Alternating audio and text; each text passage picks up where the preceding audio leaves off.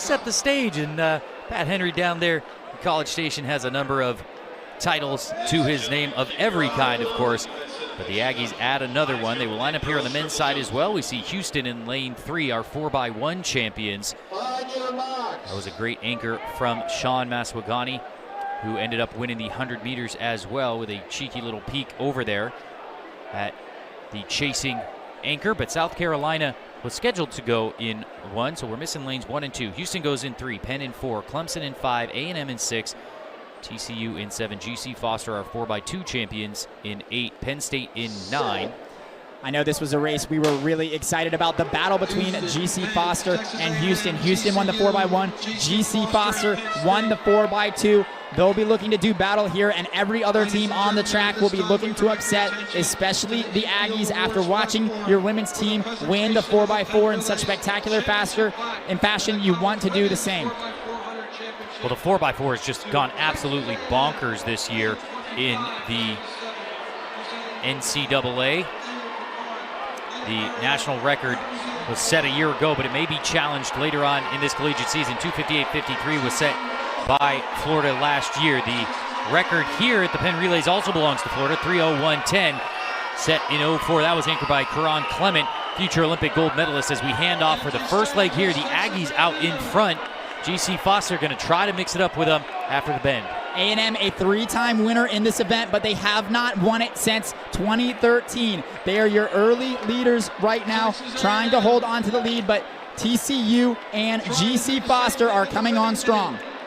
A&M out in front, such a rich history in this 4x4.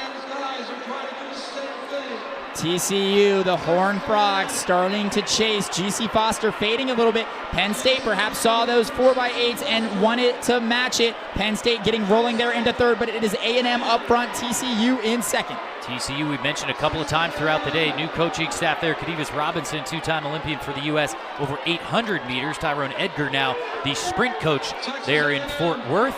And they give chase to their Texas rivals down in College Station.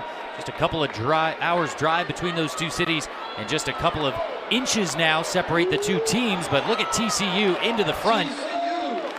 Fort Worth versus College Station. TCU versus Texas A&M. TCU moves into their first lead of this race as A&M continues to chase. TCU has run 3:04 on the season. That's only good enough for 26th on the year. Absolutely unbelievable. Texas A&M has run 3:03.18. That puts them 14th in the nation. But TCU stamping their dominance on this leg here.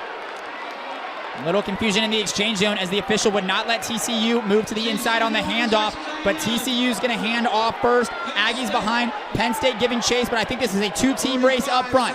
TCU, Texas A&M, who's going to take it? TCU out in front, trying to turn back the Aggies of Texas A&M, who want to add this wheel to the one that their women just won. Texas A&M starting to move on the outside. Can they pull back TCU? 200 meters to go. Texas A&M is closing in. Texas A&M now, look at them coming around this bend, and you could not ask for anything more. These fans on their feet, we all are, coming into the home stretch here. Keep an eye on the clock, but it's about the race. Penn Relays, a dive to the finish. As always, Texas A&M trying to push past TCU. Can they do it? TCU's going to hang on. The Horned Frogs get the victory in the 4x4. What a race to the finish. Texas A&M gave it everything they got, and TCU just had a little bit more on the day. 46-33 on that anchor leg, following a 45-73 carry for the third leg of TCU that took them into the lead. Give credit to Texas A&M with a 45-95 carry on that last go-around. What a battle between those two teams. 3:04.41 is the victory for TCU. Wow. What a great race by TCU to take the victory, and here's your replay. See the start here again, a little bit of a depleted field. We thought GC Foster might figure a little bit more prominently there, but it quickly became a 2-team race.